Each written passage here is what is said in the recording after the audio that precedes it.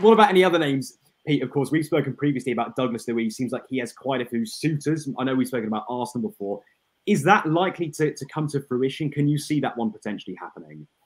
Yeah, it potentially could happen. He's been a revelation for Villa this season, Douglas Luiz. He's been outstanding for them. So there will be interest in the Brazilian, I'm sure, come the summer. And we're seeing a few signs coming out of Villa that they might have to sell to buy as well. Rumours of Jacob Ramsey might have to be cashed in on because he's a homegrown player and it'd be pure profit from him. And you would never have thought that had been the case at Villa, say 12 months ago, because Jacob Ramsey was the big hope at Villa Park that they were going to build a team around. So that just shows that maybe now Villa, who obviously spent big in the last few transfer windows, might have to do a bit of housekeeping as well and maybe sell one of their top stars to allow them to do further deals. And that will only give encouragement to his suitors that he could be prized away from Villa Park in the summer as well. And probably one other name to keep an eye out on, he's been talked a lot in this January transfer window, is Conor Gallagher at Chelsea. What is he going to do? Still no nearer signing a new contract. Come the summer, he'll only have a year left on his deal at Stamford Bridge. And I'm sure Tottenham, who would like to sign him this window, will probably step up their efforts to try and sign the England international in the summer because they'll have a bigger budget to go out and sign him. And obviously Chelsea will maybe have to force to cash in on him to fund their own signings in the summer transfer window from Mauricio Pochettino. Paul, is that a deal that you'd like to see done? Do you think he'd bolster the squad? I wouldn't bolster the squad. It'd improve the starting 11. I mean, you see he's a fantastic player when he's fit, when he's available. Pochettino plays him and he puts the armband on him at times as well. He's an excellent midfielder, box-to-box midfielder, combative, wears his heart on his sleeve, but he has a lot of quality as well. And I think the way that Tottenham play, the high press, the high energy in midfield, he would be a fantastic addition, not to the squad, but to the starting 11. He'd have a real impact. Absolutely. Pete, what sort of valuation are we talking about? I know we've spoken it again, Douglas Luiz, 100 million, Declan Rice, 100+ million. Is he looking at in that category, or do you think it'd be slightly less potentially for Conor Gallagher?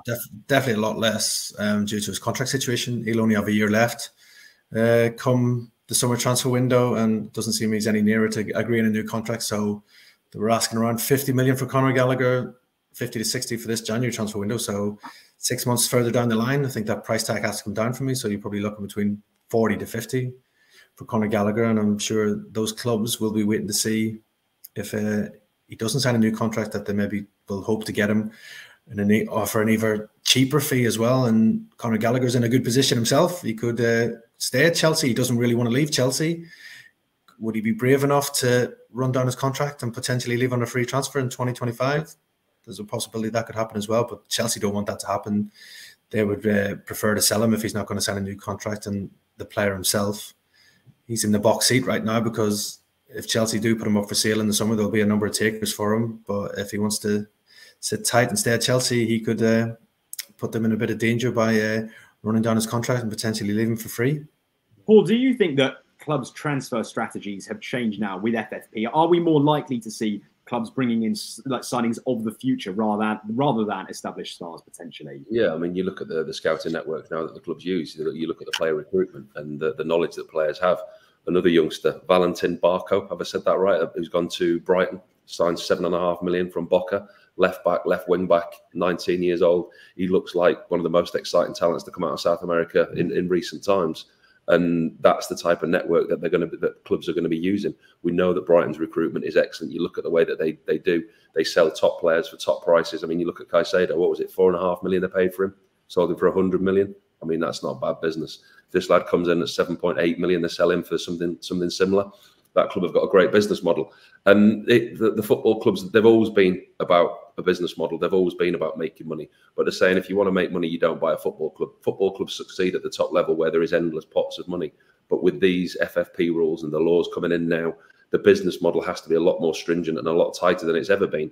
Hence the reason that we're seeing younger players bought for less for the future, moulding the squad. I mean, you look at Newcastle, the talk about Newcastle with Eddie Howe and potentially lose Gomes, Almiron, Trippier, those type of players, and rejuvenate his squad. And that it takes management to a different level, as in, you know, your transfers of players, etc. And player recruitment will be affected. Listen, the rules that Everton and Forest have been charged with, the 105 million, we've spoke about it on here before, those rules are not fit for purpose. They're going to get changed because of the amount of money that players are going for. Those rules are going to get changed. We will see a broader horizon and, you know, more more leniency given with the finances. But there is going to be some kind of a line that the clubs are going to have to toe. You've just watched a segment from Football Insider's brand new podcast, The Inside Track, with me, Lewis Pearce, alongside the guests on the show. Thanks very much for tuning in. Please do give the video a like, comment your thoughts on the topic, and feel free to share on your social media pages. If you want to listen to the full podcast episode, click the link in the description below. Keep your eyes peeled for plenty more content and exclusives here on The Inside Track.